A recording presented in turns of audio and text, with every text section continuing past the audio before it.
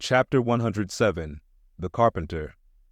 Seat thyself sotanically among the moons of Saturn, and take high abstracted man alone, and he seems a wonder, a grandeur, and a woe. But from the same point, take mankind in mass, and for the most part, they seem a mob of unnecessary duplicates, both contemporary and hereditary. But most humble though he was, and far from furnishing an example of the high humane abstraction, the Pequod's carpenter was no duplicate. Hence, he now comes in person on this stage. Like all seagoing ship carpenters, and more especially those belonging to whaling vessels, he was, to a certain offhanded, practical extent, alike experienced in numerous trades and callings collateral to his own, the carpenter's pursuit being the ancient and outbranching trunk of all those numerous handicrafts which more or less have to do with wood as an auxiliary material.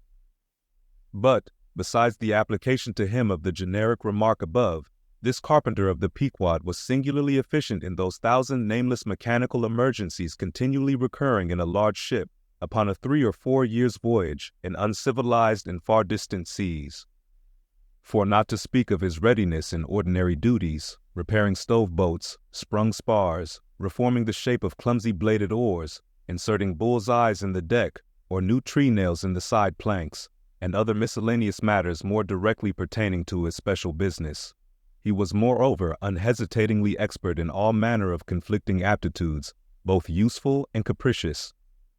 The one grand stage where he enacted all his various parts so manifold was his vice bench, a long, rude, ponderous table furnished with several vices of different sizes, and both of iron and of wood. At all times except when whales were alongside, this bench was securely lashed athwartships against the rear of the try-works. A belaying pin is found too large to be easily inserted into its hole. The carpenter claps it into one of his ever-ready vices, and straightway files it smaller. A lost land bird of strange plumage strays on board and is made a captive. Out of clean-shaved rods of right whalebone and crossbeams of sperm whale ivory, the carpenter makes a pagoda-looking cage for it. An oarsman sprains his wrist. The carpenter concocts a soothing lotion. Stubb longed for vermilion stars to be painted upon the blade of his every oar. Screwing each oar in his big vise of wood, the carpenter symmetrically supplies the constellation.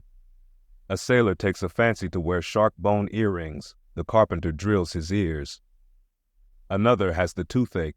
The carpenter out-pincers, and clapping one hand upon his bench bids him be seated there. But the poor fellow unmanageably winces under the unconcluded operation. Whirling round the handle of his wooden vise, the carpenter signs him to clap his jaw in that, if he would have him draw the tooth. Thus, this carpenter was prepared at all points, and alike indifferent and without respect in all.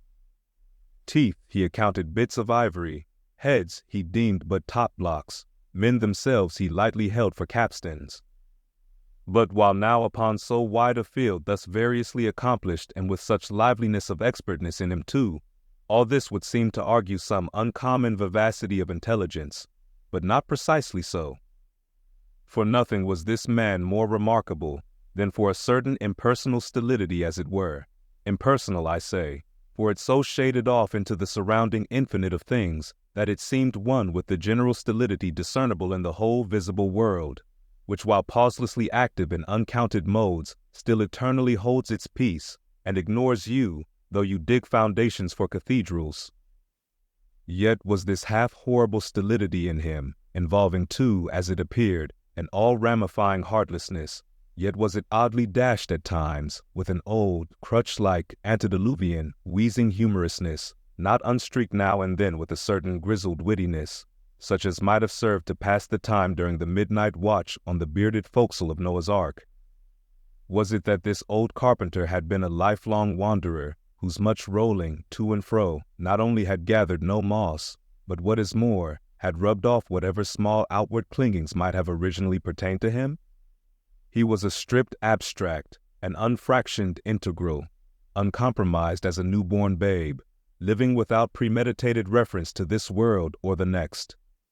You might almost say that this strange uncompromisedness in him involved a sort of unintelligence, for in his numerous trades he did not seem to work so much by reason or by instinct, or simply because he had been tutored to it, or by any intermixture of all these, even or uneven, but merely by a kind of deaf and dumb, spontaneous literal process.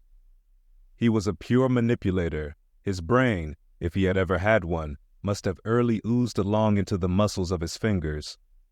He was like one of those unreasoning, but still highly useful, multum in parvo, Sheffield contrivances, assuming the exterior, though a little swelled, of a common pocket knife, but containing not only blades of various sizes, but also screwdrivers, corkscrews, tweezers, awls, pens, rulers, nail filers, countersinkers. So, if his superiors wanted to use the carpenter for a screwdriver, all they had to do was to open that part of him, and the screw was fast, or if for tweezers, take him up by the legs, and there they were. Yet, as previously hinted, this omnitooled, open and shut carpenter was, after all, no mere machine of an automaton. If he did not have a common soul in him, he had a subtle something that somehow anomalously did its duty. What that was, whether essence of quicksilver or a few drops of hartshorn, there is no telling. But there it was, and there it had abided for now some 60 years or more.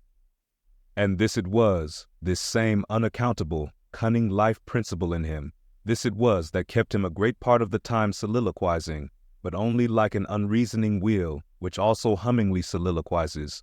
Or rather, his body was a sentry box, and this soliloquizer on guard there, and talking all the time to keep himself awake. Speed up your reading and enhance your memory with Moby Dick by your side. Choose the tactile joy of a physical book or the convenience of Kindle, and discover a deeper way to dive into this classic.